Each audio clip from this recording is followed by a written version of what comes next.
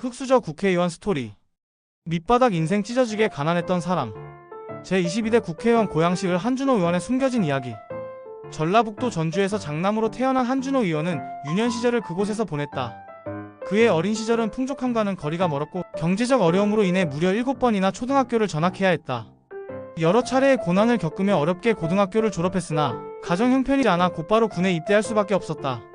그는 22세가 되어 제대했지만 집으로 돌아가 보니 예상치 못한 시련이 기다리고 있었다. 아버지가 빚보증을 섰다가 감당할 수 없는 빚에 시달리게 되었고 그로 인해 집은 압류되어 커다란 자물쇠가 채워져 있었다. 현관문조차 열 수 없는 상황에서 가족들은 뿔뿔이 흩어져 연락이 끊긴 상태였다. 갈 곳을 잃은 그는 군 생활을 했던 서울로 무작정 상경했다. 서울역에 도착한 후에도 그의 현실은 녹록지 않았다. 손에 쥔 돈 한 푼 없이 막막한 마음으로 서울역 바닥에 주저앉았다. 갈 곳도 없었고 무엇을 해야 할지조차 감이 잡히지 않았다. 처음 겪는 노숙 생활은 가혹했다.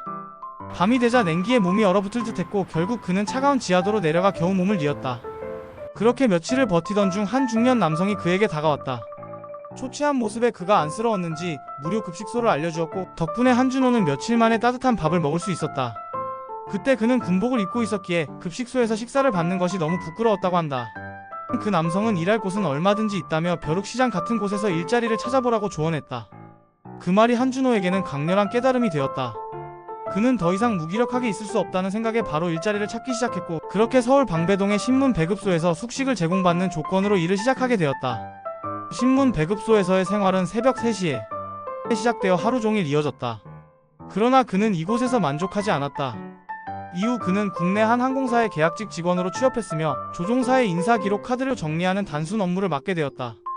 처음에는 단순한 기록 업무였지만 점점 조종사라는 직업에 대한 관심이 생기면서 새로운 꿈을 품게 되었다.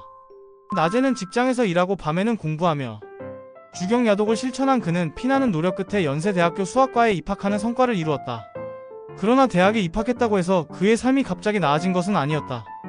등록금과 생활비를 스스로 벌어야 했기에 방학 때는 숙식이 제공되는 주유소에서 아르바이트를 했고 학기 중에는 과외를 하며 생활비를 충당했다.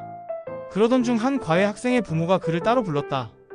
그는 여기저기 과외를 다니며 시간 낭비하지 말고 사업을 해보라며 상당한 금액을 건넸다. 그 돈을 종잣돈 삼아 이화여대 앞에 작은 아이스크림 가게를 열었고 장사가 잘 되면서 목돈을 마련하게 되었다. 덕분에 그는 전셋집을 얻고 안정적인 생활을 할 수 있었다. 연세대를 졸업한 그는 한국거래소에서 애널리스트로 재직하며 금융통계 분석 업무를 맡았다. 그러던 중 멘사 회원이라는 것이 알려지면서 언론 인터뷰를 하게 되었고 방송 출연 기회까지 얻게 되었다. 그의 논리적인 말솜씨와 지적인 모습이 주목을 받으면서 점점 방송계로의 진출을 고민하게 되었다.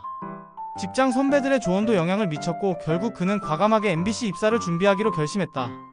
4년간의 애널리스트 경력을 뒤로하고 MBC 아나운서 시험에 도전했으며 치열한 경쟁을 뚫고 당당히 합격했다. MBC에 입사한 그는 손석희 앵커와 첫 대면을 하게 되었고 손 앵커는 매일 최선을 다해야 살아남을 수 있다는 조언을 건넸다. 이후 그는 MBC 주말 뉴스 앵커를 비롯해 여러 프로그램을 진행하며 방송인으로서 입지를 다졌다. 하지만 2008년 전국 언론 노동조합 총파업 당시 MBC 노동조합 집행부 교육문화국장을 맡아 파업을 주도하면서 2차례의 징계를 받았고 9년간 아나운서국으로 복귀하지 못했다. 결국 그는 전혀 다른 부서로 발령받았고 방송을 떠나야 했다. MBC 퇴사 후 그는 작가 활동을 하며 새로운 길을 모색했고 그러던 중 더불어민주당 우상호 의원의 서울시장 경선 캠프에서 대변인을 맡으며 정치권에 발을 들이게 되었다. 이후 청와대 대통령 비서실에서 행정관으로 근무하였고 2020년 더불어민주당에 입당하면서 제21대 국회의원 선거에 출마했다. 그의 지역구는 자신이 16년 동안 살아온 고양시였고 여유있는 표차로 당선되었다. 국회에 입성한 후 그는 원내 대변인을 거쳐 이재명 대선 후보 캠프에서 수행실장으로 임명되었다. 이후 이재명 대표 체제에서 홍보위원장을 맡으며 활동을 이어갔다.